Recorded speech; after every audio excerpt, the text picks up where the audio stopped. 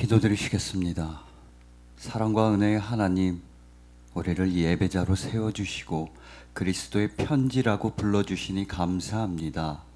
그리스도의 편지다운 영과 진리의 예배를 드리도록 허락하심에 감사드리며 우리 주 예수 그리스도의 이름으로 기도드렸습니다. 아멘.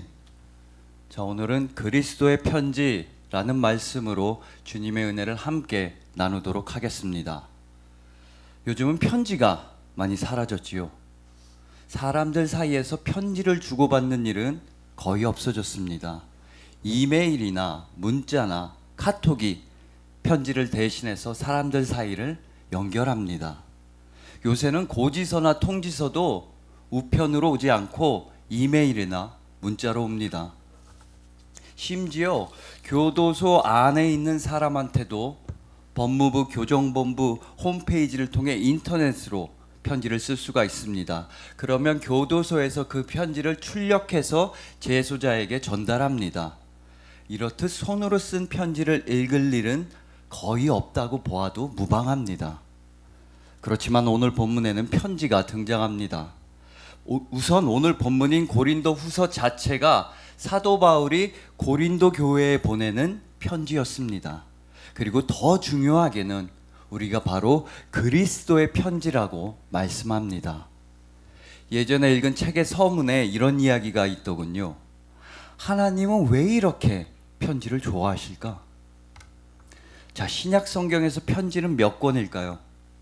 편지를 세는 것보다 편지가 아닌 것을 골라내는 것이 더 빠를 겁니다. 신약 성경에 가장 먼저 등장하는 사복음서와 사도행전은 이야기입니다. 내러티브입니다. 그리고 그 사도행전 다음에 등장하는 로마서부터는 쭉 편지입니다. 마지막 성경인 요한계시록 바로 앞까지 계속 편지입니다. 그런데 누가복음과 사도행전을 데오빌로에게 보낸 글이라는 점에서 형식상으로는 편지라고 볼 수도 있겠지만 그 내용상 일단 편지에서 제외하기로 합시다.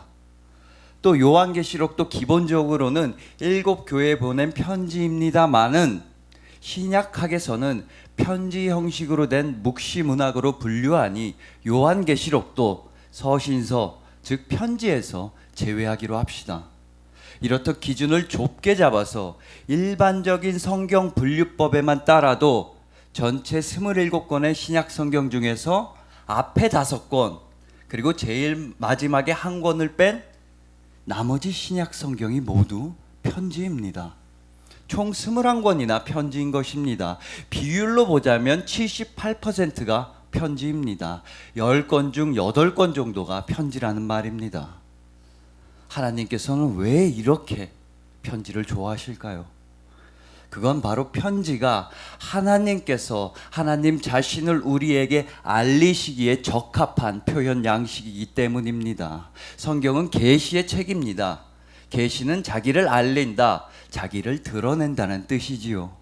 성경에는 하나님께서 어떤 분이신지와 우리를 향하신 하나님의 계획이 담겨져 있습니다. 그래서 성경을 계시 중에서도 특별 계시에 속한다고 하는 것입니다. 그러니까 하나님의 계시는 소통이고 성경은 소통의 기록이자 흔적입니다. 하나님께서는 우리가 알아들을 수 있도록 자기 자신을 낮추시고 우리의 수준에 맞춰서 편지로서 말씀해 주셨습니다. 그리고 오늘 본문을 보면 하나님께서 이렇게나 좋아하시는 편지가 바로 우리라고 말씀합니다. 그것도 그리스도의 편지라고 합니다. 우리가 바로 예수 그리스도를 알리고 드러내는 편지라는 겁니다.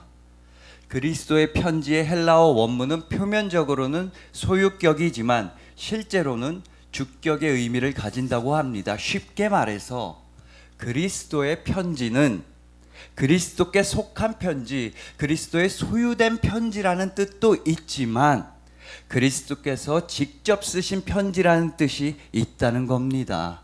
즉 사도 바울은 고린도 교회 사람들과 우리 그리스도인은 모두 예수님께서 직접 쓰신 편지라고 말하고 있는 것입니다. 예수님께서 직접 쓰신 편지이므로 살아계신 하나님의 영으로 쓴 것이며 우리 마음과 영혼에 쓰신 편지라고 오늘 본문은 말씀합니다. 바로 여러분 한 분 한 분이 예수님께서 직접 쓰신 편지입니다. 사극을 보면 임금님이 보낸 편지를 받을 때 사람들은 절하고 엎드려서 임금님의 편지를 받아들고 읽었습니다. 또 아무리 치열한 전쟁 중이라고 해도 적국의 사신들만큼은 죽이지 않았습니다. 왜냐하면 그 사신들은 양국 사이에서 편지를 전달하는 역할을 맡고 있었기 때문입니다. 이 세상 왕들의 편지조차 이만큼이나 소중하게 여겼는데 하물며 예수 그리스도의 편지는 어떻겠습니까? 편지는 여러분 한 사람 한 사람을 예수님께서 정성스럽게 쓰셨다고 생각해 보십시오. 예수님께서 직접 영으로서 여러분의 마음에 편지를 쓰셨다고 생각해 보십시오. 그러니 여러분은 정말로 존귀한 존재입니다. 정말로 소중한 존재입니다. 예수님께서 여러분의 마음에 예수님의 마음을 적어 넣으셨기 때문입니다. 예수님께서 직접 여러분의 영혼 안에 믿음과 사랑과 은혜를 쓰셨기 때문입니다. 이 세상에서 가장 존귀한 편지, 이 세상 누구도 함부로 대할 수 없는 편지가 바로 여러분입니다. 여러분 한 분 한 분이 세상에서 가장 아름답고 가장 소중한 편지, 바로 예수 그리스도의 편지임을 기억하시길 소망합니다. 또한 우리가 그리스도의 편지라는 말씀에는 우리 전체가 그리스도의 편지, 우리의 거룩한 모임이 예수님께서 쓰신 편지라는 뜻도 당연히 있겠지요. 그렇다면 우리 한 사람 한 사람은 그리스도의 글자가 되는 것입니다. 예수 그리스도의 자음과 모음, 알파벳이 되는 것입니다. 우리 모두가 함께 모여 있어야만 예수 그리스도의 편지를 더욱더 아름답게 이 세상에 나타낼 수가 있습니다. 서로 다투거나 서로 미워해서는 안 됩니다. 누가 누구보다 잘났다고 말하거나 다른 사람을 무시해서는 절대로 안 됩니다. 무슨 초성 게임 하는 것도 아니고 중간에 자음과 모음이 숭숭 빠진 편지를 어떻게 읽겠습니까? 우리 모두 함께 모여 있어야 합니다. 나 혼자서만 예수님의 편지이고 다른 사람들은 그저 편지지에 불과해, 이러시면 안 됩니다. 우리가 어릴 때 부르던 찬송처럼 아름다운 마음들이 모여서 주의 은혜 나누며 예수님을 따라 사랑해야지 우리 서로 사랑해야 합니다. 여러분 모두는 아름다운 마음들입니다. 오늘 본문에서 예수님의 편지가 여러분의 마음판에 쓰여 있다고 말씀하기 때문에 이 이상의 아름다운 편지는 있을 수가 없습니다. 그러니 예수님의 아름다운 편지이자 예수님의 아름다운 글자인 우리 모두가 함께 합력하여 선을 이루어야 하는 것입니다. 이곳에서 이렇게 아름다운 마음들이 이렇게 아름답게 모이신 예수님의 편지이신 여러분들을 주님의 이름으로 축복합니다. 자, 이쯤에서 편지의 특성에 대해서 알아보겠습니다. 편지만이 가지는 특성은 무엇일까요? 우선 시간이 오래 걸립니다. 이메일이 됐던 카톡이 되었던 우리가 편지라고 부를 수 있는 정도의 분량을 쓰려면 시간이 오래 걸립니다. 응응, 이응, 오키, 유유, 우리가 이런 것들을 편지라고 부르지는 않지 않습니까? 어느 정도 분량은 되어야 편지라고 합니다. 특히나 편지를 손으로 쓰게 되면 오랜 시간과 정성과 마음이 필요합니다. 그런데 저는 편지를 쓰는데 걸린 시간보다도 편지가 오고 가는데 걸리는 시간에 더욱 주목하고 싶습니다. 우리가 편지를 정성스럽게 써서 우체통에 넣고 나서부터 그 편지가 상대방에게 도착하기까지는 많은 시간이 걸립니다. 그러면 편지를 받은 상대방도 시간을 들여서 그 편지를 읽어야만 합니다. 읽고 또 읽는 경우도 있겠지요.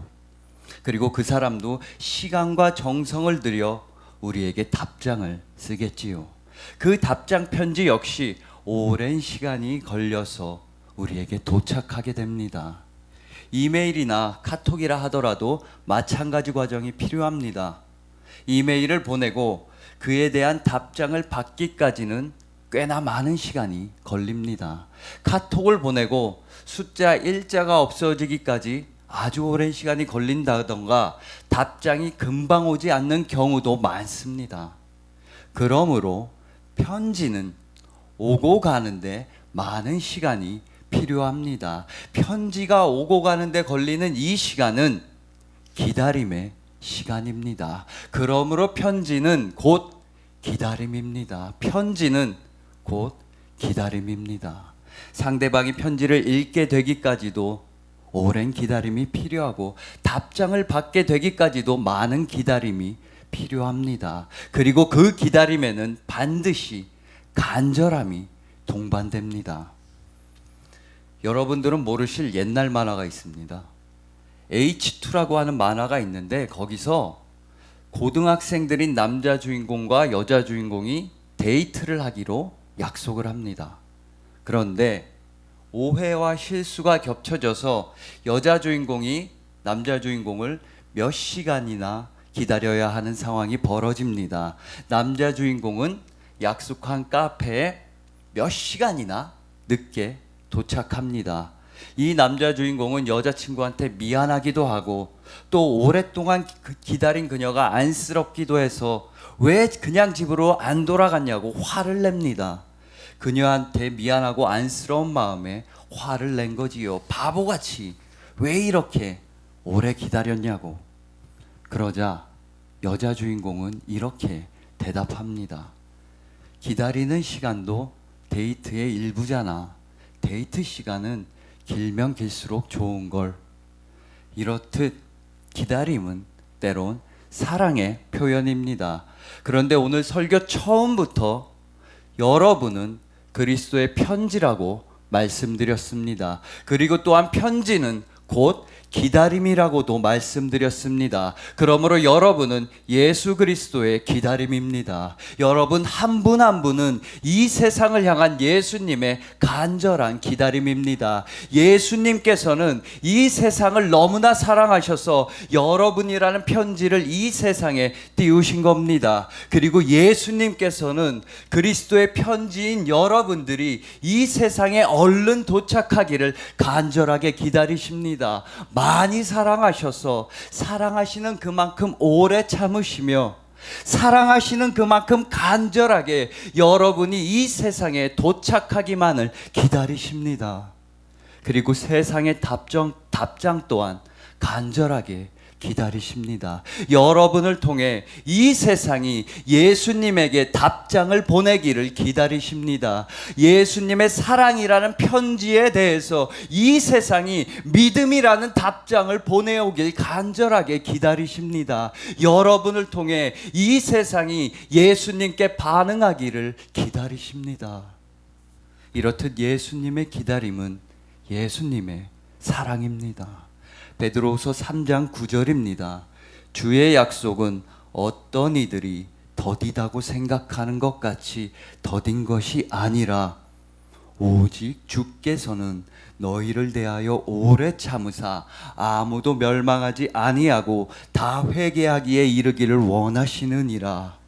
예수님께서는 아무도 멸망하지 않고 모두 다 회개하기에 이르기를 원하시면서 기다리십니다. 여러분을 통해 온 세상이 다시 주님께로 돌아오기를 기다리시며 원하십니다. 이제 그리스도의 편지인 여러분들이 세상에 도착할 차례입니다. 여러분은 절대로 잘못 쓰여진 편지가 아닙니다. 수치인 불명으로 반송되는 편지가 되어서는 안 됩니다. 여러분은 예수님께서 직접 쓰신 편지이기 때문입니다. 그러니만큼 이 세상에 잘 도착해서 예수님의 마음을 드러내시고 펼쳐 보이시는 여러분이 되시기를 간절하게 소망합니다. 이제 편지의 다음 특성에 대해 알아보도록 하겠습니다. 예를 들어 우리가 연애 편지를 쓸 때 아무한테나 그 편지를 보내지는 않지요. 카톡으로 썸을 타는데 막 30명 있는 단체 카톡방에 내 마음을 드러내지는 않습니다. 그리고 또 스팸 메일을 무더기로 받고서는 와, 나 오늘 편지 되게 많이 받았어, 이러면서 좋아하는 사람은 없습니다. 이렇듯 편지의 본질적인 특성은 특정한 상대방을 전제하고 쓰여진다는 것입니다. 쉽게 말해서 편지는 받을 사람을 딱 정해놓고 쓰는 것입니다. 영국에서 시작됐다고 하는 그 유명한 행운의 편지를 제외하고는 모든 편지는 어떤 수신인을 특정하고 쓴 글입니다. 심지어 결투장이라고 해도 싸우고 싶은 상대에게만 보내는 것이 편지입니다. 이렇듯 편지는 특정한 사람이나 특정한 집단에게 보내는 글입니다. 즉 편지는 특정한 이들에게 보내는 마음입니다. 누군가를 향한 간절한 마음입니다. 그리고 여러분은 예수 그리스도의 편지입니다. 예수님께서는 특정한 누군가를 염두에 두시고 여러분이라는 편지를 쓰셨습니다. 여러분은 절대로 예수님의 스팸 메일이 아닙니다. 그러면 예수님께서는 누구를 위해 여러분이라는 편지를 쓰셨을까요? 첫째로 예수님께서는 지금 여기라는 시간과 장소에 맞추셔서 여러분이라는 편지를 쓰셨습니다. 예수님께서는 그분의 섭리와 계획에 따라 여러분을 지금 이곳으로 보내셨습니다. 따라서 여러분이 지금 2019년도에 대한민국에 살고 있다는 것은 그냥 아무런 이유 없이 랜덤으로 무작위로 살아가고 있는 것이 아닙니다. 주님께서는 여러분을 향하신 선하신 계획이 있으십니다. 여러분은 분명한 의미와 목적을 가지고 지금 이곳에 도착한 편지입니다. 여러분의 하루하루가 예수님의 편지의 한 장 한 장입니다. 그러니 여러분의 하루하루를 허투루 살아가서는 안 됩니다. 하루하루를 아무런 의미와 목적 없이 그냥 넘겨버린다면 그건 예수님의 편지를 스팸 메일로 만드는 것이며 도착하지 못한 편지가 되게 하는 것입니다.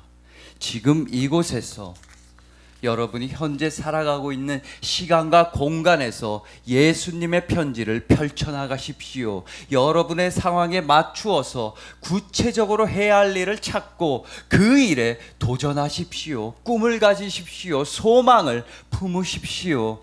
여러분이 이 세상에 도전장이라는 편지가 되기를 소망합니다. 다음으로 예수님께서는 여러분의 마음에 편지를 쓰심으로써 여러분의 마음을 움직이십니다.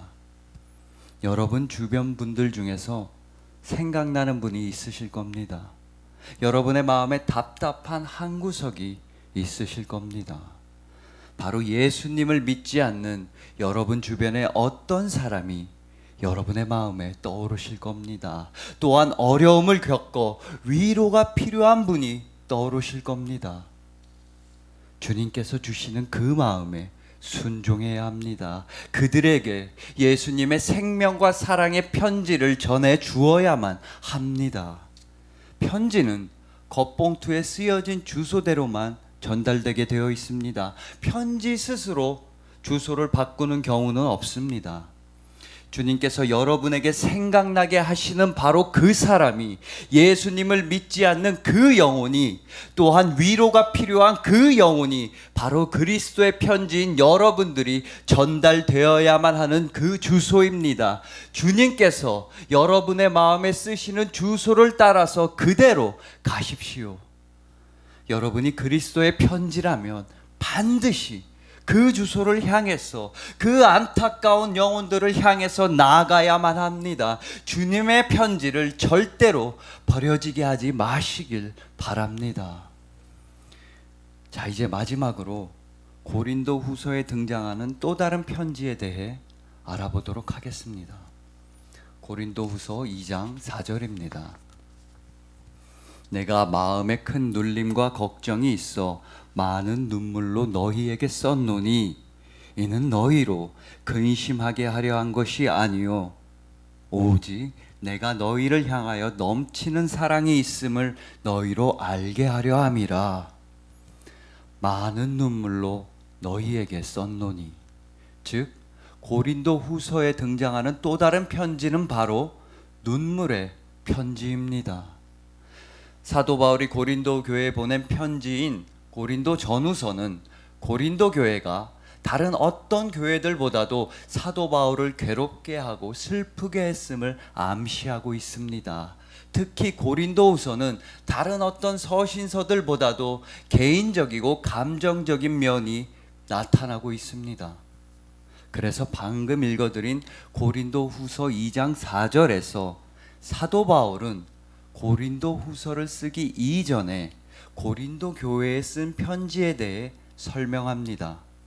그 편지들은 마음에 큰 눌림과 걱정이 있어서 많은 눈물로 쓴 편지라고 합니다. 그런데 눈물로 편지를 쓴 그 이유가 우리에게 커다란 울림과 감동을 줍니다. 눈물의 편지를 쓴 이유는 고린도 교회 사람들을 걱정하게 하려는 것이 아니었습니다. 그들을 향한 넘치는 사랑이 있음을 알게 하기 위하여 눈물로 편지를 쓴 것입니다. 너무나 사랑하는 마음에서 눈물로써 편지를 쓴 것입니다. 그러므로 눈물의 편지는 사랑의 편지입니다.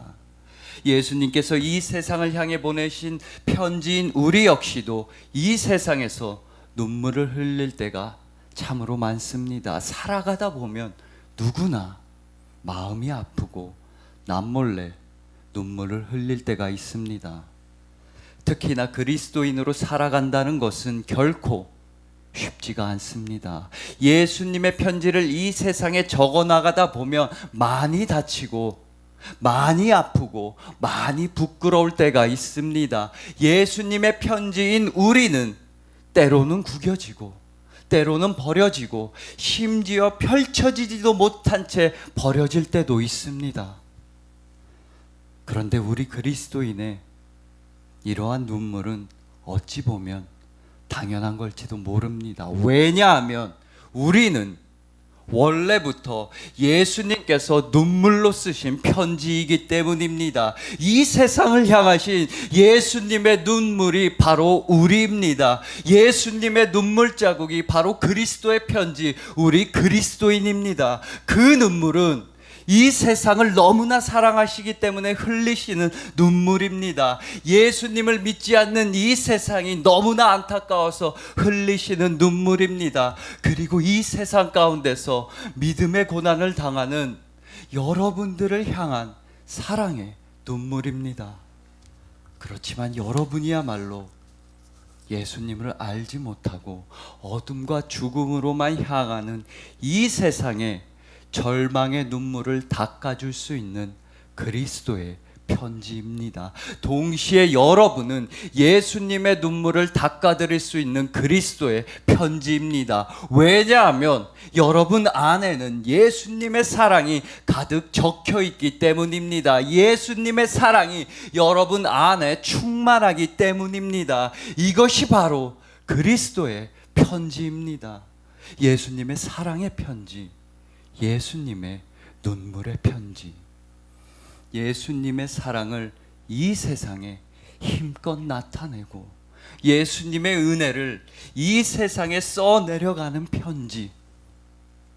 그리고 바로 그때 여러분은 이 세상과 예수님의 눈물을 닦아드릴 수 있는 그리스도의 아름다운 편지가 되는 것입니다.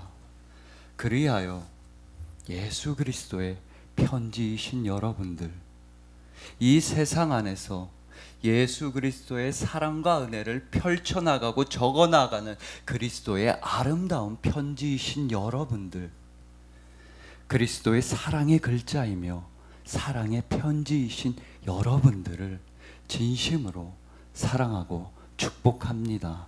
기도드리시겠습니다. 그리스도인이라는 편지를 쓰시는 주님, 주님께서 친히 우리 안에 사랑의 편지를 적어주시니 감사합니다. 예수님의 마음을 우리 마음 안에 적어 넣어주시니 감사합니다. 이제 그리스도의 편지인 우리가 이 세상 가운데서 주님의 은혜를 마음껏 펼쳐나가겠습니다. 이 세상을 향하신 그 사랑을 확실하게 전달하도록 하겠습니다. 그럼으로써 세상과 주님의 눈물을 닦아드릴 수 있는 위로의 편지가 되겠습니다. 언제나 우리 안에 거하시는 우리 주 예수 그리스도의 이름으로 기도드려 싸움나이다. 아멘.